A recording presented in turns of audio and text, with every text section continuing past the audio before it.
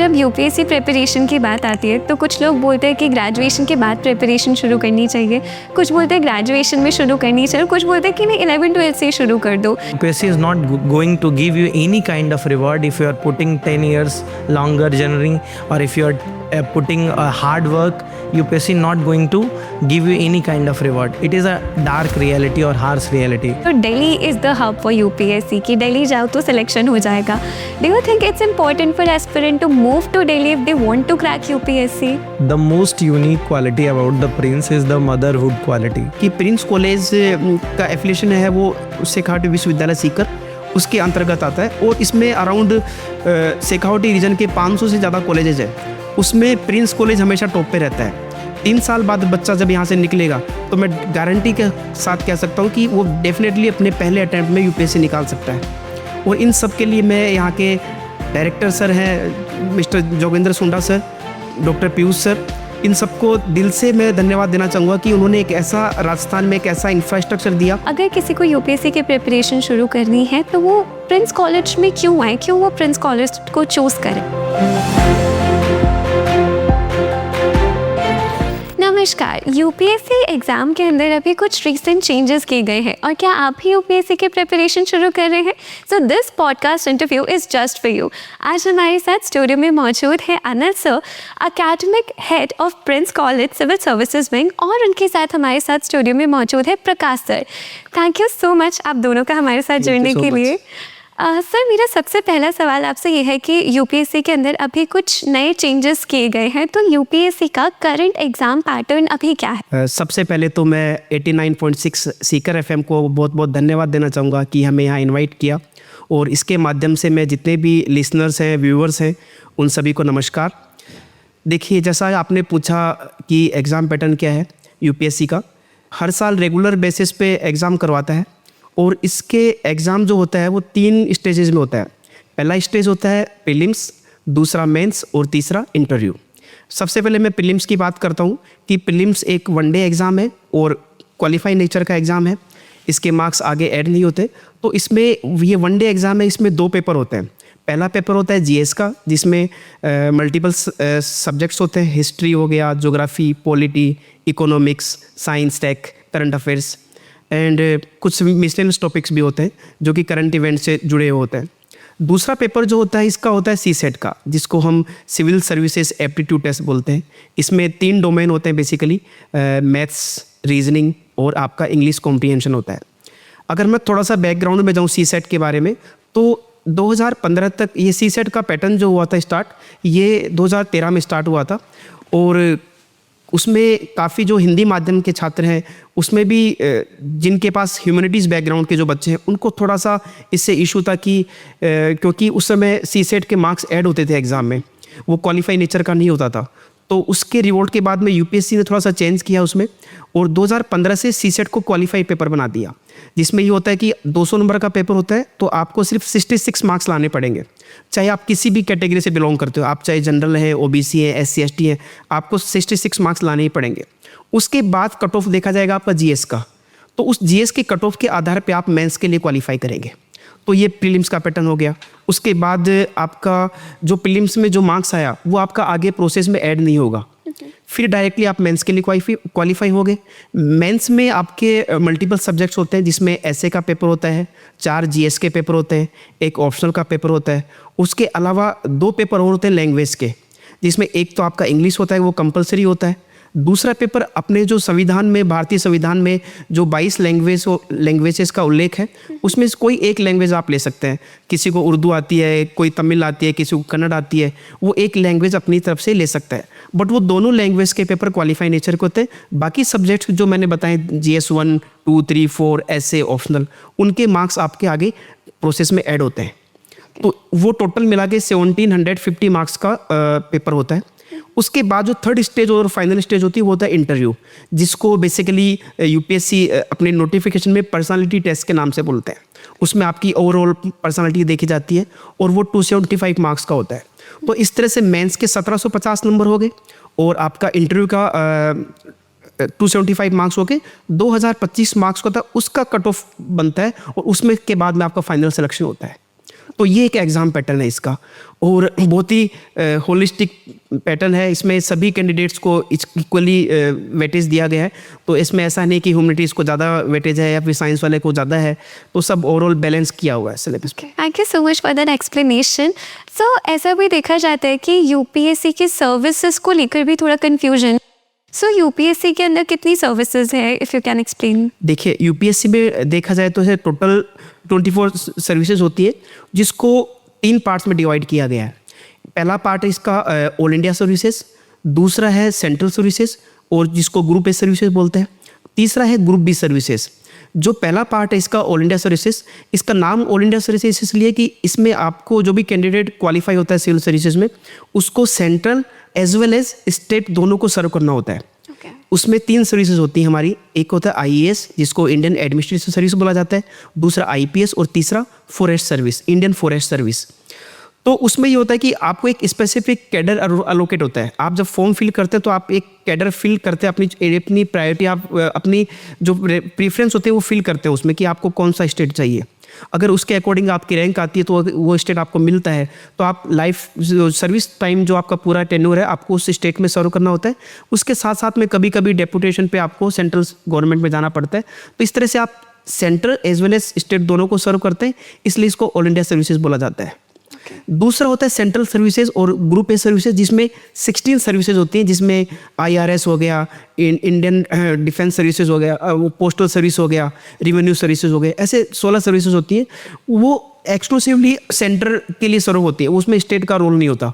उनका सैलरी हो गया, उनका जो टास्क देने वाला का काम हो गया, वो सब सेंट्रल गवर्नमेंट करती है, तो इसलिए उसको सेंट्रल सर्विस बोला जाता है। तीसरा जो पार्ट है ग्रुप बी सर्विसेज, उसमें जो आपने जैसे मैंने अभी सेंट्रल गवर्नमेंट का बताया, स्टेट गवर्नमेंट का बताया, एक होता है यूनियन टेरिटरीज।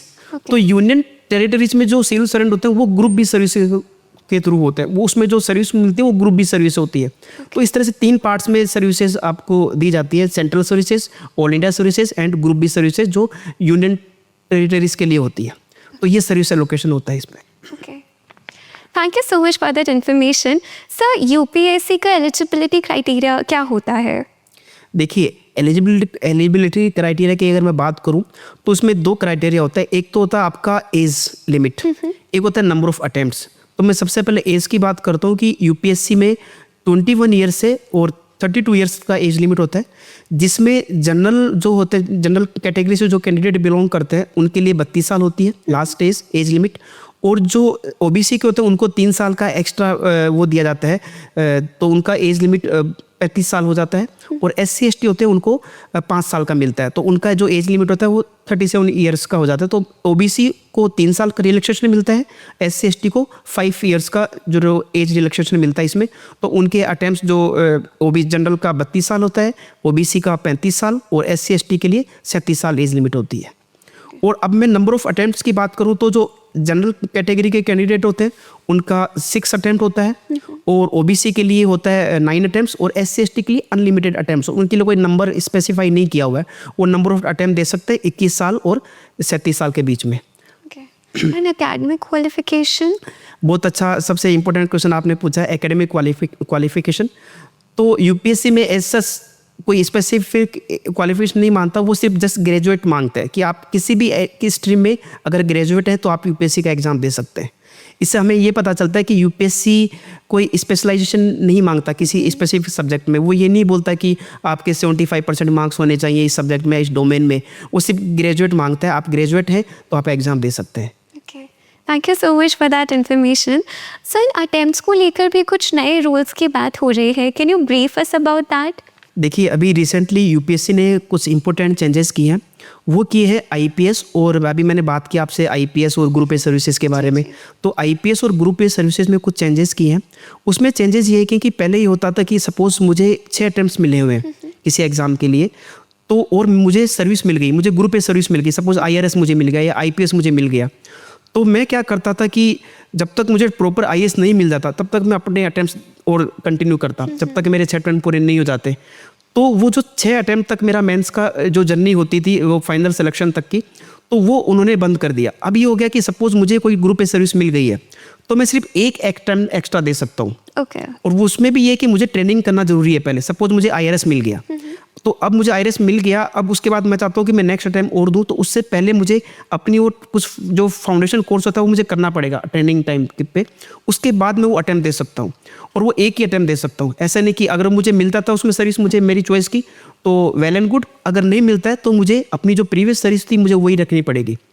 लेकिन फिर भी मैं चाहता हूँ नहीं मुझे आईएएस बनना है, तो मुझे फिर वो रिज़ाइन करनी पड़ेगी मुझे सर्विस अपनी। और जब तक मैं रिज़ाइन नहीं करूँगा तब तक मैं सर्विस दूसरी सर्विस के लिए अटैम्प्ट नहीं दे सकता। तो इसलिए ये है कि एक बार जो सर्विस मिल गई आपको, उसके बाद आप एक ही अटैम्प्ट दे सकते हैं अपना इम्प्रूवमेंट के लिए। अदरवाइज आपको फिर अपनी जो पुरानी सर्विस थी उससे रिज़ाइन करना पड़ेगा और दूसरी सर्विस के लिए फिर आपने अपने नंबर ऑफ अटैम्प्ट यूज़ कर सकते हैं। उससे फ़ायदा ये होगा कि जो कुछ स्टूडेंट्स होते हैं, नए कैंडिडेट्स होते हैं, वो आप देखेंगे कि जब मेंस जो लिखते हैं, जैसे सपोज 900 पोस्ट है यूपीएससी ने निकाली, उसमें से जो इंटरव्यू देते हैं उस साल, उसमें से 50% बच्चे तो वो होते हैं जिनके पास ऑलरेडी सर्विस होती है। तो उसमें जो नए कैंडिडेट्स होते हैं उनको मौका कम मिल पाता है। तो इसलिए अब ये अच्छा होगा कि जो नए कैंडिडेट्स आ रहे हैं, नए जो फ्रेशर्स आ रहे हैं, उनको ज़्यादा चांसेस मिलेंगे, उनके ज़्यादा चांसेस हैं क्वालिफाई होने के अपने पहले अटैम्प्ट या दूसरे अटैम्प्ट में।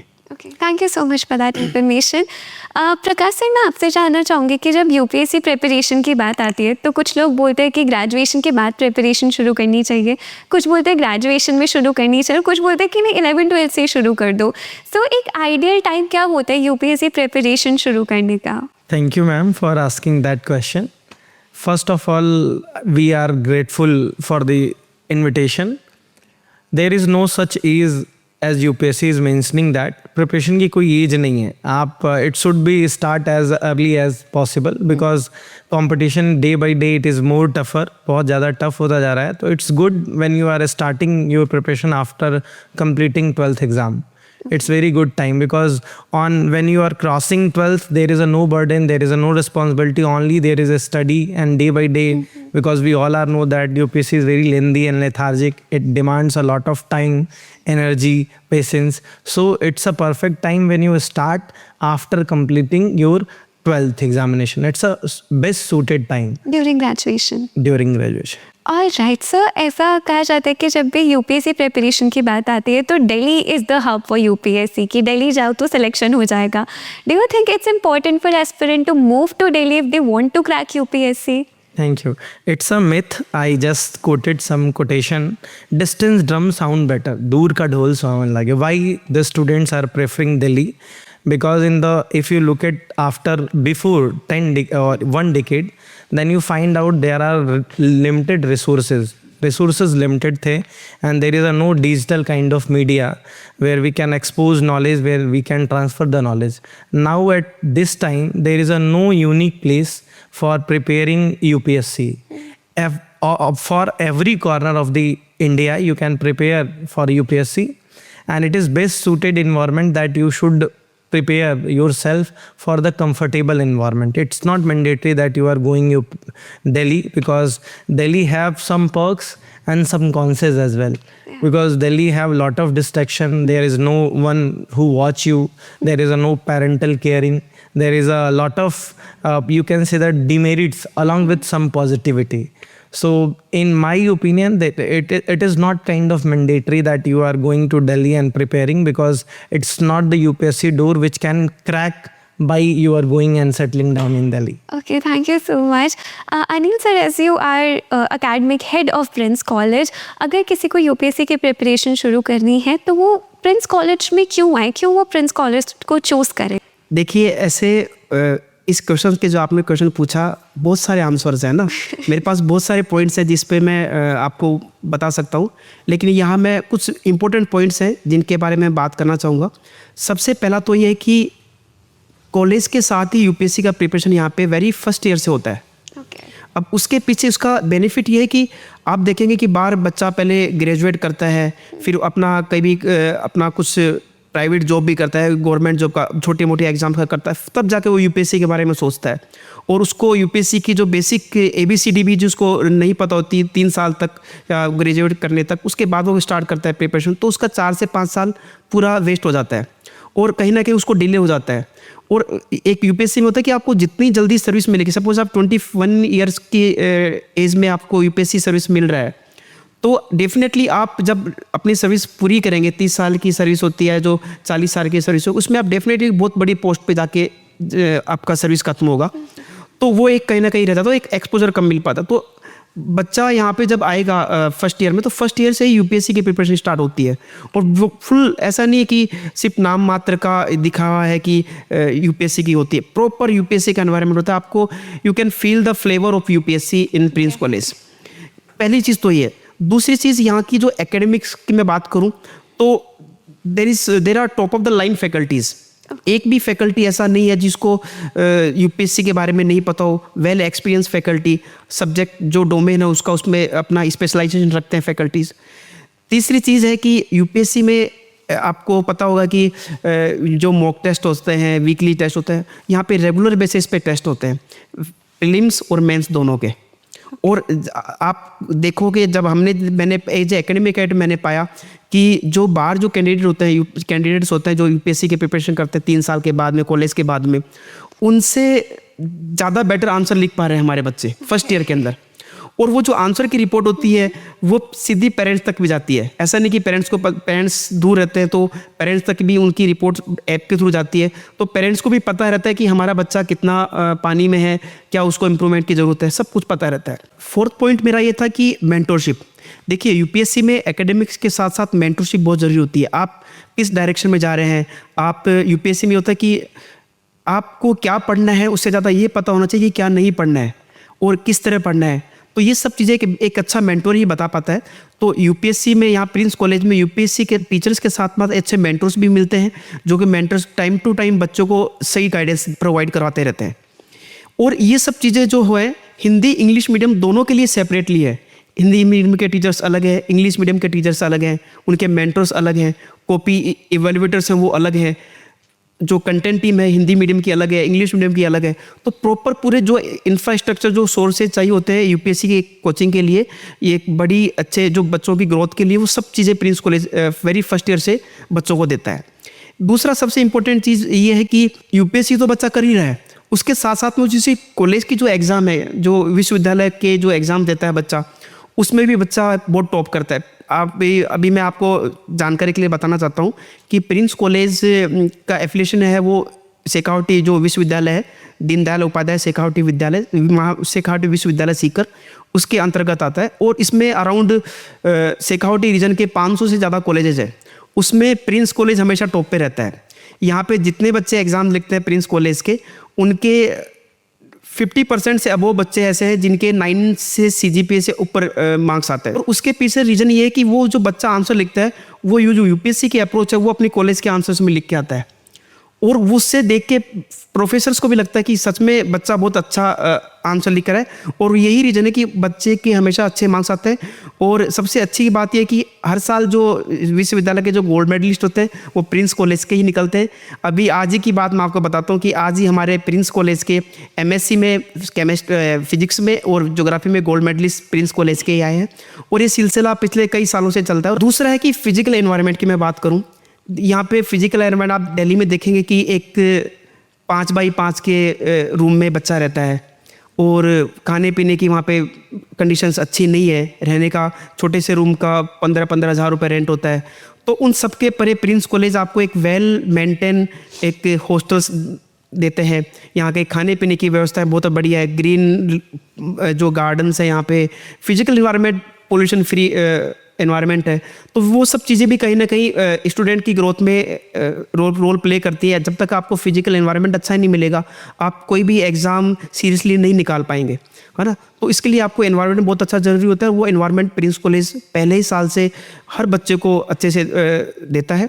तो ये फिजिकल इन्वायरमेंट और एकेडमिक दोनों में प्रिंस कॉलेज का बहुत बड़ा रोल है स्टूडेंट्स को। और मैं ये जानकर मुझे खुशी होगी कि 3 साल बाद बच्चा जब यहाँ से निकलेगा तो मैं गारंटी के साथ कह सकता हूँ कि वो डेफिनेटली अपने पहले अटैम्प्ट में यूपीएससी निकाल सकता है। और इन सब के लिए मैं यहाँ के डायरेक्टर सर हैं मिस्टर जोगेंद्र सुंडा सर, डॉक्टर पीयूष सर, इन सबको दिल से मैं धन्यवाद देना चाहूँगा कि उन्होंने एक ऐसा राजस्थान में एक ऐसा इंफ्रास्ट्रक्चर दिया, ऐसा एक प्लेटफॉर्म तैयार किया उन बच्चों के लिए जो कि यूपीएससी सिविल सर्विस का सपना देखते हैं। उनका पहली साल से उनका सपनों के लिए काम किया जाता है और फुल्ली डेडिकेशन के साथ हर पूरी प्रिंस का टीम मेंबर, फैकल्टी से लेके hostel incharge, hostel wardens, mess incharge, सब पूरी पेरेंटिंग केयर बच्चों को दी जाती है। तो इसके माध्यम से मैं ये कह सकता हूँ कि डेफिनेटली वो बच्चा ओवरऑल उसका डेवलपमेंट यहाँ पे हो रहा है 3 साल के अंदर। तो डेफिनेटली यूपीएससी तो क्या, अगर इसकी जगह United Nation public service mission होता तो वो भी निकाल लेता। I just wanted to add something. जैसा कि अनिल सर ने बताया, the most unique quality about the Prince is the motherhood quality, because some time we misunderstand and there are lot of misconception about the motherhood. Some time हमारी mother जो है over restriction, over limitation, over barrier देती हैं हमें to perform better, to more fertile and to develop our personality in a more dynamic way. So Prince is something which focus not only the academic excellence, it also focus on कि आप disciplined हो, be ethical हो, बहुत honest हो, और because we all are know that we are living in the era of digital economy or digital environment, so it will also distract a lot of potential of the student, and that is why Prince provide a uniqueness कि भाई आपको phone, cellphone use नहीं करना, and every corner of Prince is watching you, because not कि आप कुछ गलत कर रहे हो या something is going wrong, it's only because of we are providing a motherhood kind of culture. Sir ऐसा देखा जाता है कि यूपीएससी प्रिपरेशन में optional subject play a very crucial role. So how should aspirants choose optional subjects? कब से उसकी preparation शुरू करनी चाहिए? Okay, so I just added something about the optional. There are 42 optionals. There are approx, I cannot sure about the number कि कितने numbers हैं, but 42 optionals में से 17 के आसपास there is a humanity background optionals, 14 there is a technical optionals, and approx 13 या 12 there is a literature related optional. There are some parameters to choose optional wisely. Okay. I am focusing on wisely. Okay. Because there are a lot of newcomers who just admired some toppers and just choosing that optional कि because इस topper ने बोल दिया, इस all India rank ने बोल दिया कि ये पर्टिकुलर सब्जेक्ट बहुत अच्छा है, बहुत मार्क गेनिंग है, मैं ले लेता हूँ। Because optional is something which can't be lift you entire your whole holistic preparation of UPSC. So you should focus. There are 4 parameters. One is firstly look at the at least 10 years chart कि that paper is how much scoring, कितना score कर रहा है. The second one is how much you are comfortable with that subject, and it's towards inclination of your interest as well. कि आपका interest उस subject को लेकर के क्यों कितना है, क्योंकि ये subject बहुत लंबे time तक चलेगा. And third one is what is the influence area and how it interlink with the GS paper. Because overall अगर आप ऐसा सोचो कि 4 GS के मेंस के पेपर प्लस आपके कुछ ऑप्शनल पेपर्स प्लस उसके साथ आपके लिए कुछ क्वालिफाइंग पेपर्स भी हैं, उसके साथ आपको लेके चलना है, तो इट्स बेटर कि आप वो subject low which is overlap with GS. And last one not but the least, you can say that कि पेपर्स को चुनने के टाइम पे ये भी देखना है कि आपको मेंटोर कौन सा मिल रहा है. कई बार मेंटोर्स और teachers are also playing a good role in choosing optional. As a geography optional teacher, I am always recommending you the students कि as a geography, if I am particularly talking about geography is a quasi science. Okay. Everyone should carry this subject, but I cannot confirm the rate of selection because it depends upon variables. बहुत सारे variables पर depend करता है. And और भी बहुत सारे subjects हैं मार्क गेनिंग, जैसे हिंदी लिटरेचर है, it is also very good, PSIR is also very good, but it depends upon the individual capacity because it is the exam of presentation. It's not the exam of कि भाई आपको बहुत ज़्यादा knowledge थी, आपने कहीं पे वोकैलिटी में बोल दिया. It's all about the presentation. It means कि आप कितना अच्छा लिख पाते हैं, कितना अच्छा प्रेजेंट कर पाते हैं. It depends कि आप कितना अच्छा रैंक ले आएंगे ऑप्शनल में. Thank you so much for that. Sir एक और क्वेश्चन था मेरा. करंट अफेयर्स का बहुत इंपॉर्टेंट रोल होता है यूपीएससी में. So how should one balance statistics subjects and current affairs? Okay, as you mention that कि करंट अफेयर का बहुत इंपॉर्टेंस है, तो I can't deny the importance of current affairs. आप ये समझो कि current affair is not any different subject, it is the collaboration with the your static part. तो आपका कोलैबोरेशन है, and in current affairs, I can say that कि it is a updated part of your relative subject. Suppose that I am reading something about Afar Valley, which is recently in news. Afar Valley news में रहा है. Afar Valley news में रहा है तो student have the different kind of perspective कि यार अफार valley तो करंट की चीज़ है. नहीं, Afar valley is pre existing before the current और before in news. Afar valley के साथ क्या है, बहुत 3 प्लेटें, Arabian plate, Somalian plate, African plate and Nubian plate वहाँ कनेक्ट हो रही है. तो it's a geography static part है. Student can't be treated current affair as a separate subject. Okay. It is always treated as a value addition in the static portion. Okay. तो आपको ऐसे ही इसको लेना चाहिए, इसको डिफरेंट सब्जेक्ट नहीं लेना चाहिए. और दूसरा, इसका बहुत बर्डन नहीं लेना चाहिए कि टू मच प्रेशर ऑन कि we have to prepare current affairs, we have to prepare current affairs, because as much as you are creating the lot of bubble around you, it will hamper your potential. Okay, thank you so much. Anil sir, मैं आपसे जानना चाहूँगी कि अगर कोई UPSC की preparation कर रहा है, वो मॉक टेस्ट ले रहे हैं या फिर एक बार उनका स्कोर इतना अच्छा नहीं आया तो डीमोटिवेशन आने लग जाता है, उस टाइम पे क्या माइंडसेट शिफ्ट करने की ज़रूरत है स्टूडेंट्स को? बिल्कुल जी. सबसे पहले तो मैं कहना चाहूँगा कि mock test play very important role in your UPSC journey. और नॉट ओनली यूपीएससी बट आप किसी भी एग्ज़ाम की प्रिपरेशन करें, वहाँ पे मॉक टेस्ट लगाना बहुत ज़रूरी होता है. मॉक टेस्ट देखो 2 तरह के होते हैं. एक तो होता है आप PYQs, जो प्रीवियस क्वेश्चंस जो लगाते हैं, वो उससे क्या होता है कि आपको एग्जाम का पैटर्न समझ में आता है, किस डायरेक्शन में एग्जामिनर क्वेश्चन पूछ रहा है, आपको आपकी अप्रोच कैसी होनी चाहिए वो आपको पता लगता है. दूसरा होता है कि आप मॉक टेस्ट लगाते हैं, आप जो खुद के बनाए हुए टेस्ट होते हैं, जिस कॉलेज में पढ़ रहे हैं, जिस इंस्टीट्यूट में पढ़ रहे हैं, उसके टेस्ट. जैसे कि मैंने आपको बताया कि प्रिंस कॉलेज में वेरी फर्स्ट वीक से ही बच्चा मॉक टेस्ट हम करवाते हैं, तो वो बहुत इंपॉर्टेंट रोल प्ले करते हैं. उससे आपको आइडिया लगता है आपके अपने सिलेबस के बारे में कितना कवरेज हुआ है.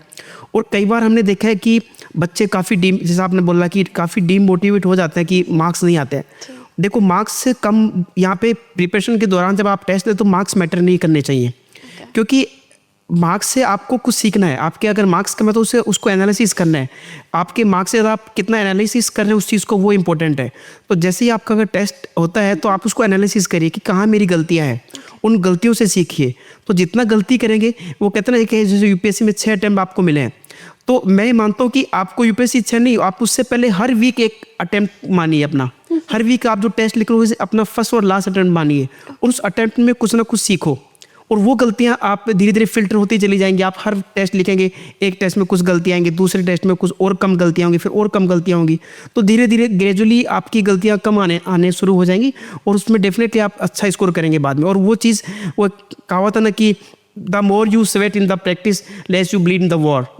तो वही चीज़, आप जितना मॉक टेस्ट लिखेंगे, मार्क्स की चिंता मत करिए, आप उनसे कुछ सीखिए, एनालिसिस करिए. एनालिसिस नहीं करेंगे तो आपको दिक्कतें आएंगी.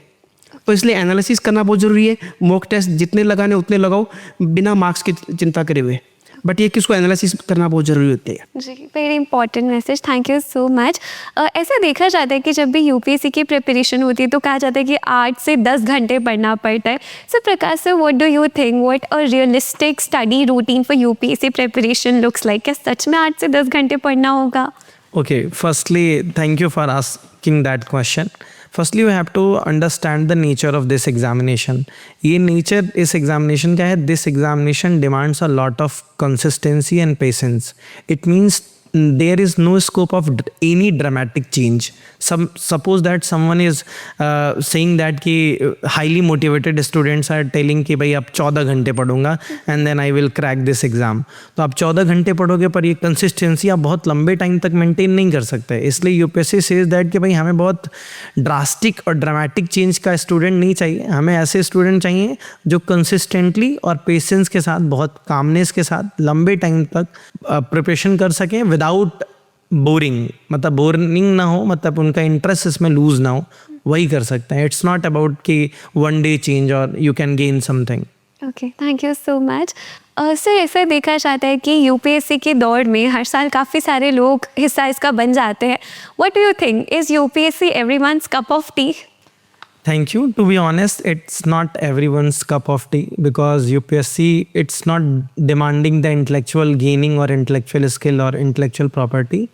it demands a lot of patience along with a consistency और consistent effort, because यूपीएससी का नेचर नहीं ऐसा नहीं है कि बहुत इंटेलेक्चुअल लोग हैं, बहुत जल्दी UPSC is giving you kind of reward, बहुत जल्दी कोई रिवॉर्ड नहीं देने वाला. इसलिए this preparation is very tougher because it demands a lot of sacrifice, बहुत सारे सेक्रीफाइस को डिमांड करता है. जैसे मैं कह रहा हूँ कि someone is entering into the preparation and it will take at least 5 to 6 years. तो अगर 6 साल लग रहे हैं, 7 साल लग रहे हैं, तो आपको कुछ ना कुछ सेक्रीफाइस करना पड़ेगा. Along with your studies you have be ready for the social sacrifice like function, marriage और काइंड ऑफ अदर स्ट्रेस. जैसे मान लो कोई स्टूडेंट प्रिपरेशन करने को आया, पेरेंट्स आर फोर्सिंग देम कि भाई अब शादी कर लो, तुम्हारा फाइनेंशियल स्टेटस ख़राब हो रहा है, तुम क्या करोगे. तो you be ready because it is the kind of exam which not only requires for the intellectual gaining or study plan, it's also test your patience level. It also test कि how much you are ready for bear the pressure. Much needed message. Thank you so much for that. Lastly, it's a privilege to have both of you here in the studio with us today. आप दोनों से आपके personal experiences को लेकर आप क्या advice देना चाहते हैं हमारे व्यूअर्स को जो अभी वीडियो देख रहे हैं, जो यूपीएससी की प्रिपरेशन शुरू करना चाहते हैं? फर्स्ट ऑफ ऑल पहली तो एडवाइस यही है कि before entering into the preparation don't direct jump in this examination. Just analyse the paper pattern, just assess the nature. Take too much time to assess the nature कि कैसा paper का nature है. Don't influence with any video और any motivation कि फलाने ने कह दिया कि आपको तैयारी करनी है कम, ये बहुत ईजी है. Because I know that and we all are know that कि it demands lot of consistency, it demands lot of hard work and UPSC is not going to give you any kind of reward if you are putting 10 years longer journeying, or if you are putting a hard work. UPSC not going to give you any kind of reward. It is a dark reality और harsh reality. तो खूब सारा तैयार होकर के आएँ, ये समझ कर आएँ कि UPSC is one of the toughest journey. बहुत सारा अप्स एंड डाउन्स आएगा, इमोशनल, फाइनेंशियल, फिजिकल. तो बहुत सारे इन्वायरमेंट के लिए तैयार होकर आएँ. और दूसरी चीज़ कि it is kind of preparation which can anybody crack. कोई भी इसको कर सकता है, जो जिसके पास भी थोड़ा सा भी मिनिमम इंटेलेक्चुअल प्रॉपर्टी है उसके साथ भी वो कर सकता है. पर बस वही है कि आपके साथ कंसिस्टेंसी होना चाहिए, पेशेंस होना चाहिए, और बोरिंग डेज में भी you have a energy to put more efforts, और ईगरनेस होनी चाहिए, एक भूख होनी चाहिए कि आप इस एग्ज़ाम को करना चाहते हैं. Thank you so much. Discipline is very important for this exam. मैं यही मैसेज देना चाहूँगा जो भी कैंडिडेट यूपीएससी के सपना देख रहे हैं कि एक तो अपना टारगेट सेट करो कि मुझे वास्तव में यही करना है. किसी के इन्फ्लुएंस होकर या फिर किसी को देख के नहीं करना है कि फलाना आईएएस ऑफिसर है, वो बहुत अच्छा लग रहा है तो मैं भी आईएएस ऑफिसर बनूंगा, वो आईपीएस हो तो मैं मुझे भी आईपीएस बनना है. अपना टारगेट, अपनी कमज़ोरी, अपनी स्ट्रेंथ को पहचानते हुए अपना टारगेट सेट करें. उसके बाद में जो आगे की जर्नी उस पर काम करें कि मुझे कौन से सोर्स पढ़ना है, किस डायरेक्शन में जाना है, उस पर काम करें. जैसे कि मिनिमाइज योर सोर्सेज. आप बहुत ज़्यादा बुक कलेक्शन ना करें, मिनिमम सोर्स रखें, उसको मैक्सिमम रिवाइज करें. प्रॉपरली आप वीकली टेस्ट लगाएं, है ना. उसके बाद आप करंट अफेयर्स पे फोकस करें. जैसे कि करंट अफेयर्स बहुत इंपॉर्टेंट रोल प्ले करता है. जैसे होता ना कि खाने में नमक का जो रोल होता है, सेम करंट अफेयर्स का यूपीएससी की प्रिपरेशन में होता है. आप इंपॉर्टेंट मैगजीन्स होती है, जैसे PIB मैगजीन हो गया, आपके न्यूज़पेपर्स हो गए इंपॉर्टेंट, AIR हो गया, रेडियो चैनल जो होते हैं वो भी आप सुन सकते हैं, है ना. जैसे प्रिंस कॉलेज भी अपना मैगजीन निकालता है, बहुत अच्छी मैगजीन. तो आप वो प्रिंस कॉलेज के जो विद्यार्थी उनको मैं बताना चाहूँगा कि आप उस तरह की मैगजीन आप पढ़ सकते हैं, है ना. तो ये सारी चीज़ें इंपॉर्टेंट रोल प्ले करती है जर्नी के दौरान. अब कई बार क्या होता है कि हमें बहुत सारे स्ट्रगल फेस करने पड़ते हैं.